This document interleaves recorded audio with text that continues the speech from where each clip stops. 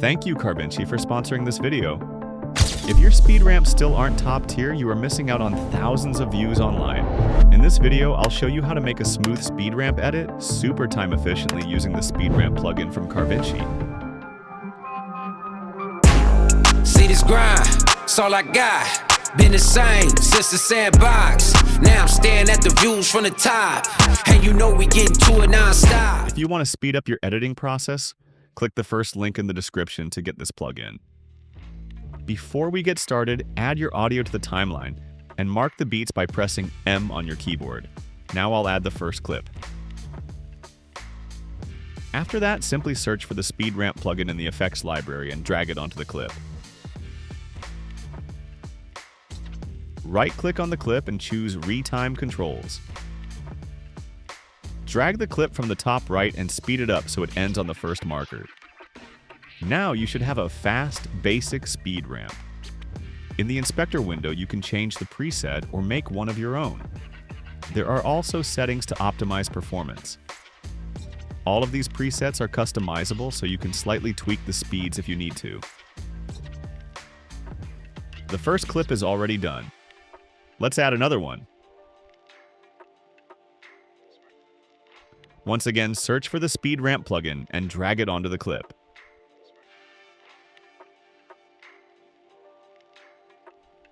Open Retime Controls and speed it up how you want. You can also cut the clip anywhere or change the speed later if needed. The graph will stay perfect even if you tweak the speed later. Now, as you can see, the clip is too slow.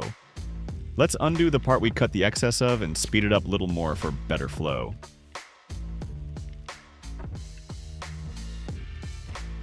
Now it looks way better in my opinion.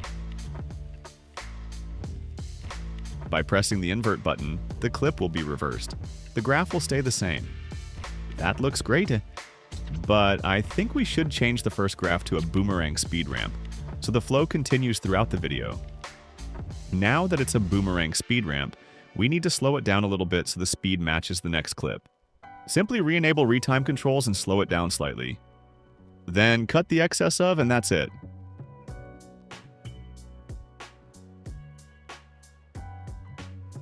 You can also move the graph in every direction. For example, if I want the video to play further and cut a little bit off the beginning, I need to lift up the whole graph, like so.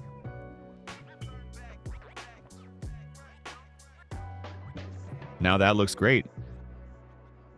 I'll speed up this part since it's just the same thing we've done already, but for the next clip, I'll show you how easy it is to make a completely custom graph for a multi-point speed ramp.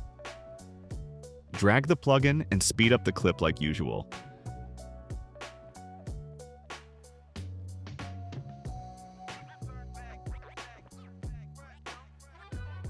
Select the custom preset for the graph. Click on the marker points on the graph. Now, one thing I hope they add in an update is that you can see the markers in the graph view so it's easier to match the graph to the audio, but for now you can do it quite accurately just by clicking where you think it is. Once the points are made, you can drag these adjuster points to smooth out the graph. It's so quick and easy. Let's skip to the next clip, and there, I'll show you some more functions. As you might have noticed, there is also a mirror button below the graph. What it does is convert any graph into a boomerang speed ramp like this. Okay, let's finish this edit, and then I'll introduce you to the sauce that will tie this video together. For this, I'll make a multi-point boomerang speed ramp. Honestly, this is probably one of my favorite graphs, but as you can see, the clip plays in the wrong direction. To fix this, you can simply press the invert button. There you go. Also, this clip needs to be sped up slightly more.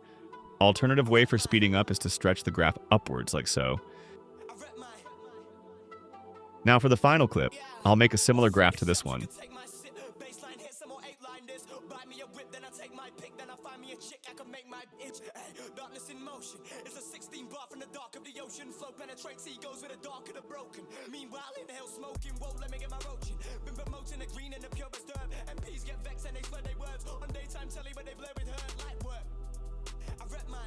There we go.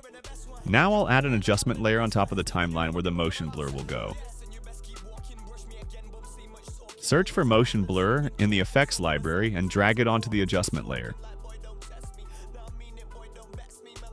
It might look weird at first, but to fix it, click on Automatic Motion Blur.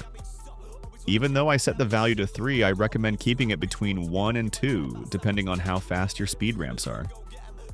This should also be the last step, so before adding this, you should finish your color grade since motion blur is very heavy to process. If the blur still isn't how you want it, you can freely customize it to your preferences. Also, before exporting, go back to your clips and change the interpolation mode to flow. What it does is create extra frames in the slow parts of your speed ramp to make them super smooth. It eliminates all of the small jitters you might have, especially with 30 frames per second footage. If you are interested in learning more about video editing, check out these videos.